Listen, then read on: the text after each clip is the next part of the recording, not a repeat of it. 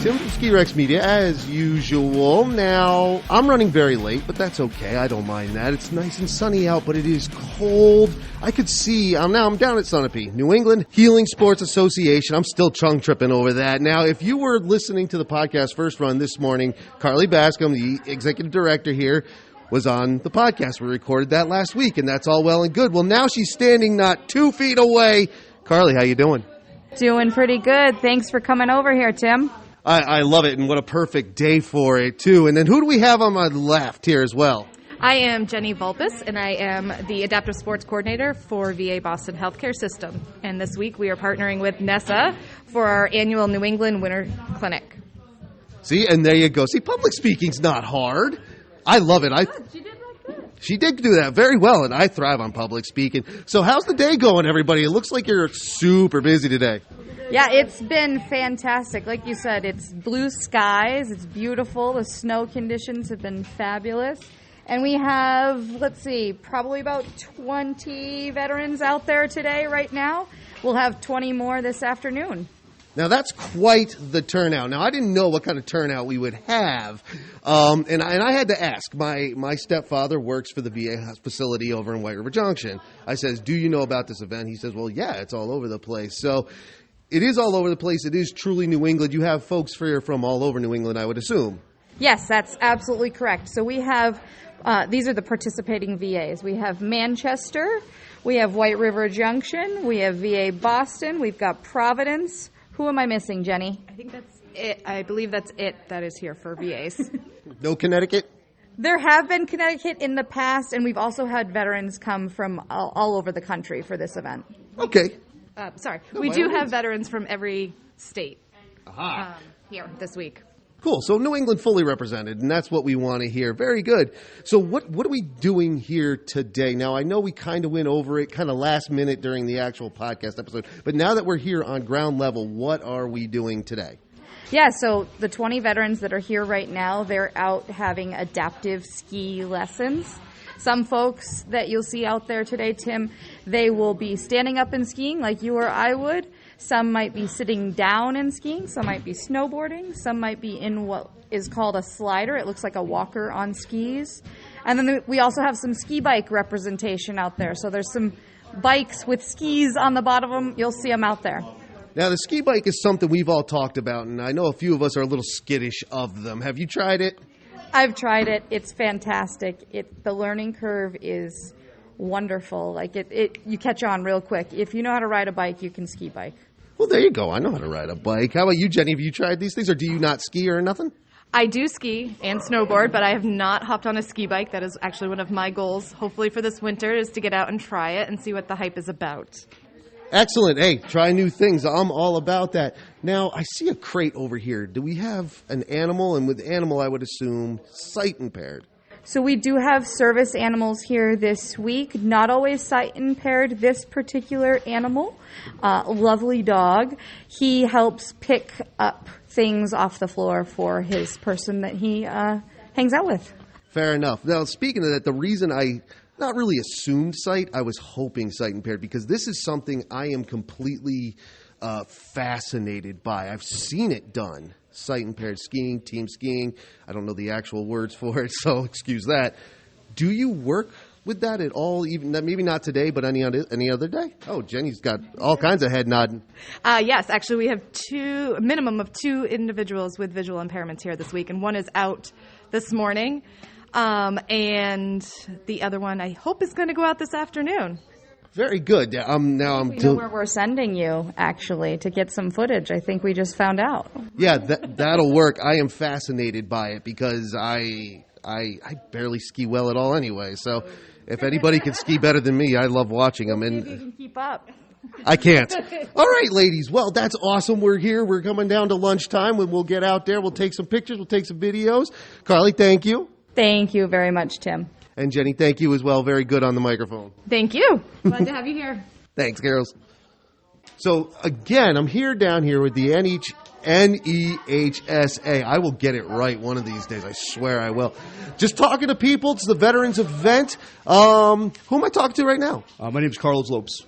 There you go. Now, I overheard you say this is your first time. Now, your first time ever, your first time at Sunapee. What is it? A little bit of everything. First time at Sunapee, great mountain, great people, but also first time at an adaptive sports program. First time skiing out there. So it was amazing. Excellent. Now, what do you think of it? Put it this way.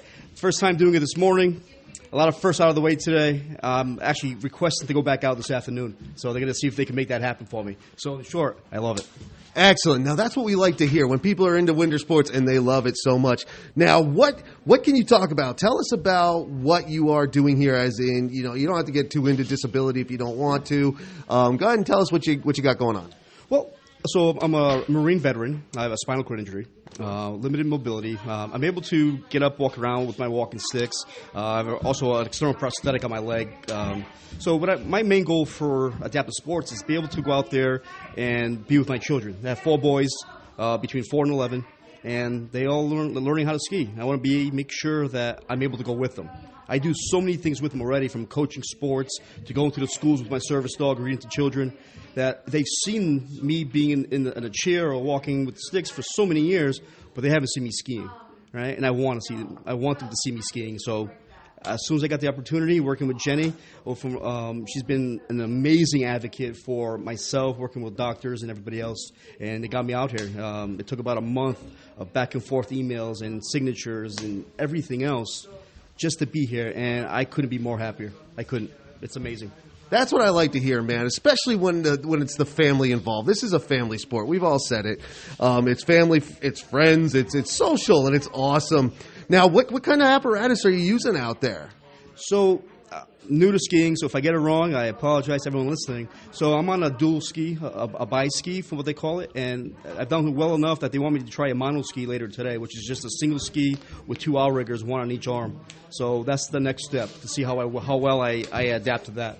And those are both sit skis type apparatus? That's correct. They're both sit-down type skis. With my spinal cord injury and a leg injury that I sustained, standing up is just not in my cards. If I could try it, maybe, but I don't think that's probably what my doctors want or anybody else here wants, is me tumbling down a hill. Sitting down is the way to go. Even with that, it's challenging. There's a lot of trusting equipment type of mentality. And although I can move a lot of things still, you go fight or flight response in many ways. So you kind of want to adjust yourself and just don't think about anything. So what I started doing was I started singing the Marine Corps hymn in my head. There you go. And it just quieted me down, relaxed me, and I started bombing down that hill. It was unreal. Words cannot express how I'm feeling right now, how grateful I am, how freeing it is going down that mountain. It's amazing. It truly is. The peacefulness, no one out there, just everyone having a good time, smiling. So many things go, so many emotions running through me that it's just amazing. Anybody listening to this that you thought you couldn't do this, I said those same things. Get out here and do it. Just get out and do it. What's the worst that's going to happen? You're out in the mountains someday. That's it. Get out here, have fun. That is it, man. You can't get...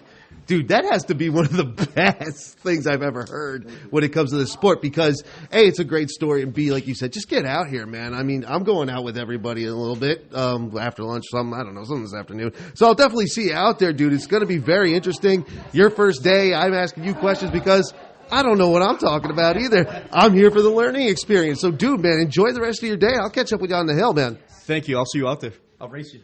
Absolutely, and you'll win. Trust me. When's the best time to bother someone? It's during lunch, of course. So, because I have everybody trapped in a building, and I'm walking around talking to folks. Who am I talking to right now? Linda Roy. Okay, and what are you doing here today? I'm one of the vets that's down here learning how to ski bike on top of cardio drumming and everything else they're teaching us. It's a Veterans Weekend to learn. Excellent. It totally is. We're here with all the veterans. The ski bike. Now, this is something me and my friends have looked at before, and some of us are scared of it. What do you think of it? It can be intimidating. I'm still learning. I had a runaway bike first thing yesterday, and second run was good. So it takes practice and keep on doing. Excellent. Now, is this your first time on snow ever, or was this a lifetime thing and something new? I started it last year. Tried skiing a couple of years before, not able to do it because of spinal injuries, and worked a way to bike and hoping that's what's going to be the ticket. Excellent. So you're having a good time then? I'm loving it. Yeah. I'm loving it. Now it's a beautiful day out. That only has to help. We just arrived for the second half of the day, so it looks like the mountain's good. Couldn't tell you what it was like this morning. These guys were here. That's fair. Now we just had a photo slid under us across the table, which was awesome. What a beautiful move there. Now, yeah. So all right. So it's your typical snow bike. We've all seen these. Now this person in this photo, this isn't you. Is you? Nobody. All right. I don't know who that is. We don't know who this person is, so we're not crediting them. They'll be all right, though. But they're tethered. Now, were you tethered while you were learning? The first few times. Yep. And you're totally good to go now, though. No, but I'm working on it. And that's the beauty of the snow sports. You don't have to be totally into it. You just have to get up here. Now, one of the common things I've heard today as I've talked to people is that just get up here, anyone can do it, and everyone should do it. Do you agree with that? I think everybody can do it with the help that the VA and NEHSA gives us. They have volunteers who come out and show us how to do it and make it easier for us to be able to participate. Otherwise, a lot of us wouldn't be able to. That's right, and it's a beautiful program. We're having a lot of fun today. Thank you very much. You're quite welcome. Hope you enjoy it. Thank you.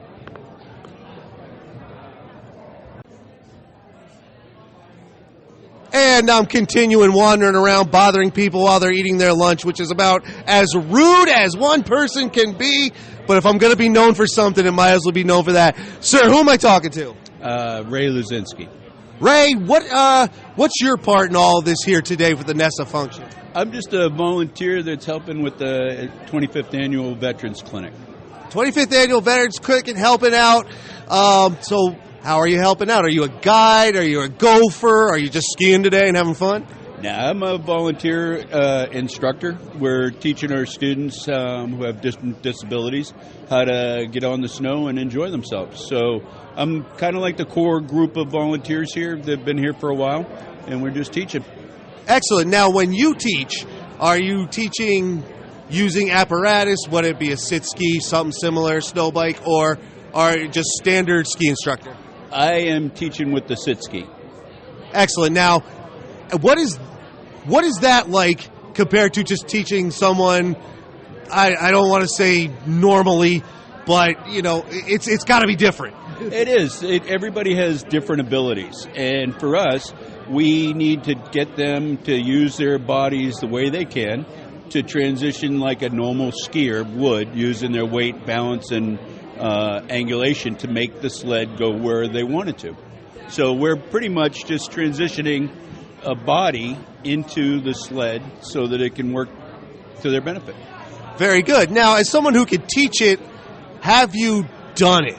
Yes, we all usually have clinics in the preseason where you get to sit in the sleds and actually practice it, practice tethering it and skiing it. Excellent, excellent, excellent. Now, it is... So what's the process? You mentioned tethering.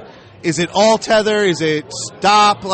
Just you can just give us a quick rundown. Again, everybody knows I don't know what I'm talking about. All right. Well, that's a good question, but there is no one answer because everybody is different. Each ability or disability has a different strength or weakness to it. Sure. So you can get somebody that can stand up but wants to sit down to protect a limb, that doesn't have the balance to ski standing up.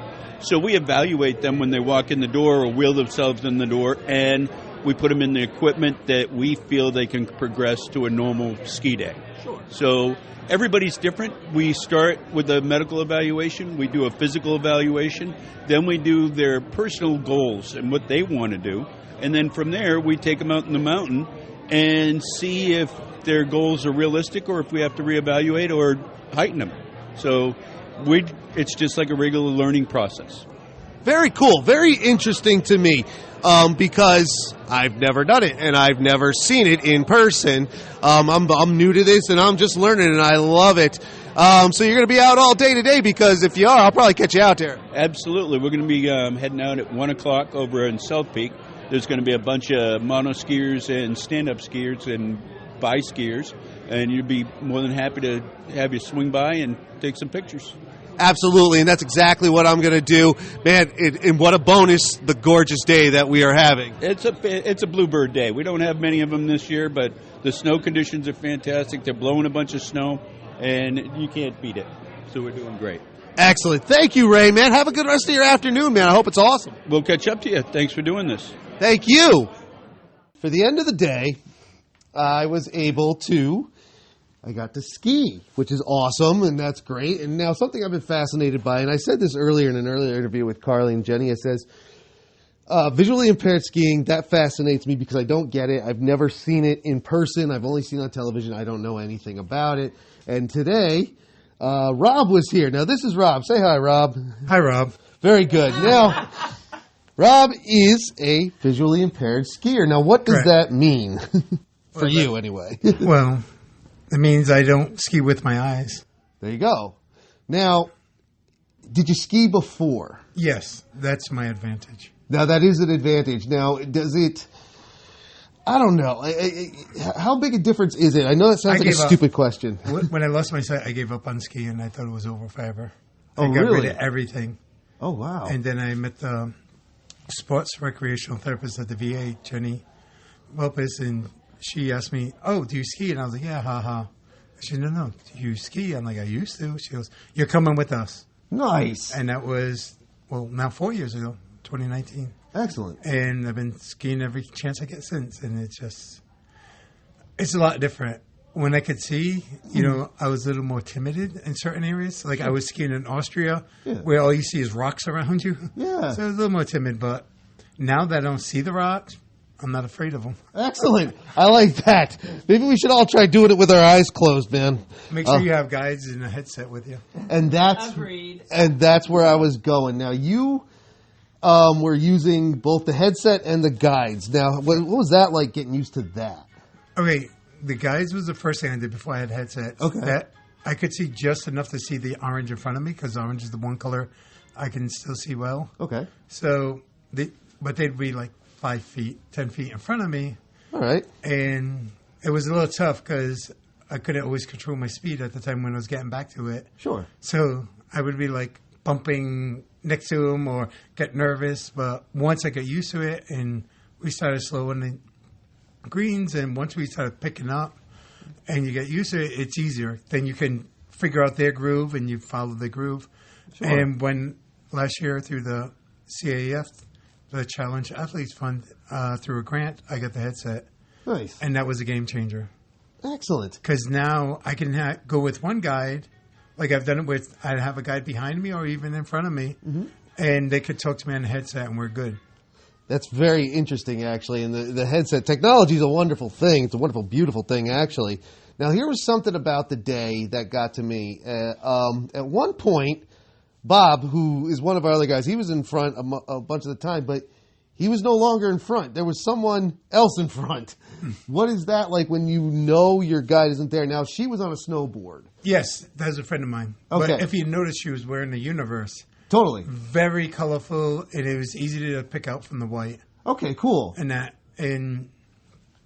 know, like, her group, they weren't going crazy fast. Yeah. So I figured, why not? I could follow her, and as you've probably seen, I wasn't very far behind her either. Yeah.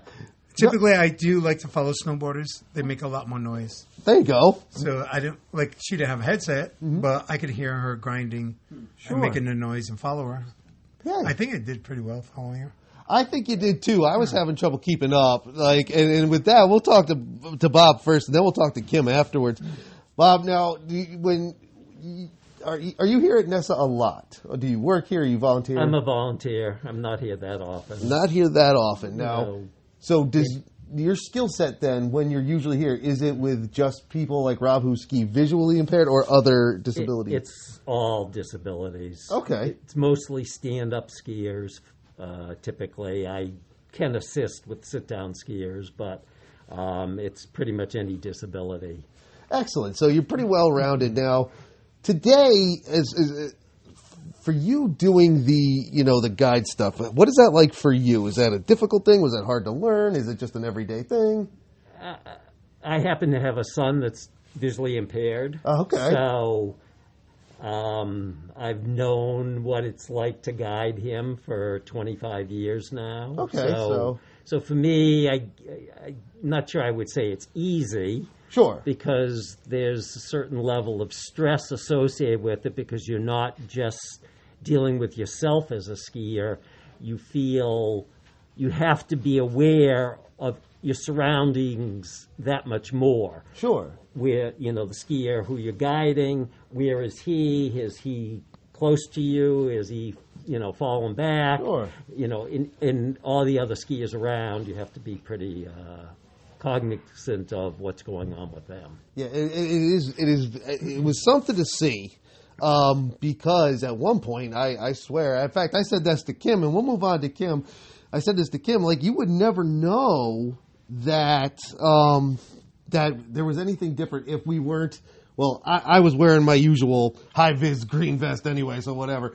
But, you all had the orange bib that said, Rob's even said blind skier, yours said what they said, but you wouldn't know it if those weren't there. Now, for you, Kim, what is that like? Like, we're just bombing and trying to keep up with Rob. Like, that's something. This was an unusual lesson because he is very good at skiing and he is very quick on his skis. And there were bunches of people that came up to us at lunch and said, we didn't know who the visually impaired individual was. We saw 4 orange vests. And it was a fun day for us, but a most unusual guiding day. Because generally with guiding, we're talking all the time. Sure. Describing what we're seeing, using our hands to show the degree of slope. Mm-hmm. Today we didn't have to do that. Today we more or less had to keep up. We did it that. And as visually impaired as he is, he sees enough to be very good at what he does. Mm-hmm. So, no, I wouldn't say you were dangerous at all. But what I would say is that the orange vests at least give the people around us an indication there's a special lesson going on, which is another whole point of the bib. Sure. We don't need curious people cutting us off. Yes, absolutely. We become his eyes and his safety net. And one of our responsibilities, and I don't know whether you saw it, but I don't think you were out. It was this morning. An individual had fallen, and I stood on the mountain with my arms crossed over my head so that she was safe. When he fell over on Wingding, again, I fell in slow motion, so that it was very slow motion. It was very slow motion. But again, with the orange bibs, my red coat, and my arms up in the air, it was a signal to watch out, be careful. Absolutely, man. That's awesome. It's a whole dynamic that you have to keep between yourselves as the guides, the skier as the skier, and then just us fools who are following you around. That's amazing. And like I said, I was having trouble keeping up myself. Not that I'm the greatest skier in the world, but whatever. But it was still... I did. And it was a lot of fun. And I'm sure, like Kim, it's a ton of fun for you, I would have to assume. 2 thumbs up. 2 thumbs up. 2 thumbs up. And Bob. Fantastic. And Bob, you must be having fun doing this. It's great. It's a great day out there.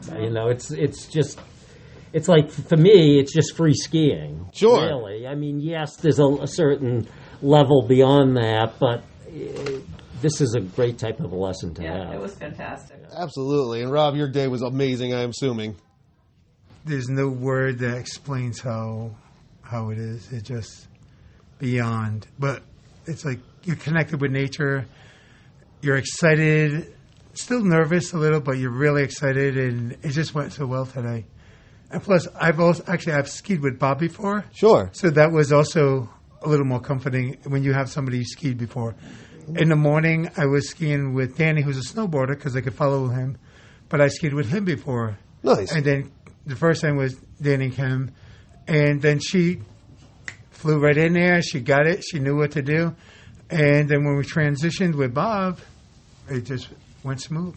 It really did. And it was really awesome. And I really thank you guys for letting me tag along, for taking pictures of you, for taking videos of you. Oh, I didn't know that. Oh, I did. I mean, I'll scrap them. I didn't see you, but no. I'll scrap them. But, yeah, there you go. Fair enough. All right, guys. Well, I'm going to let you get to it because it's the end of our day and we're tired. Well, I'm tired. Bob's sitting down, so he's tired. And we're going to take off. Thanks, guys, man. Enjoy the rest of the week if you're here, and thank you again. Thank you. Tomorrow's the next ski day. Excellent. Thank you.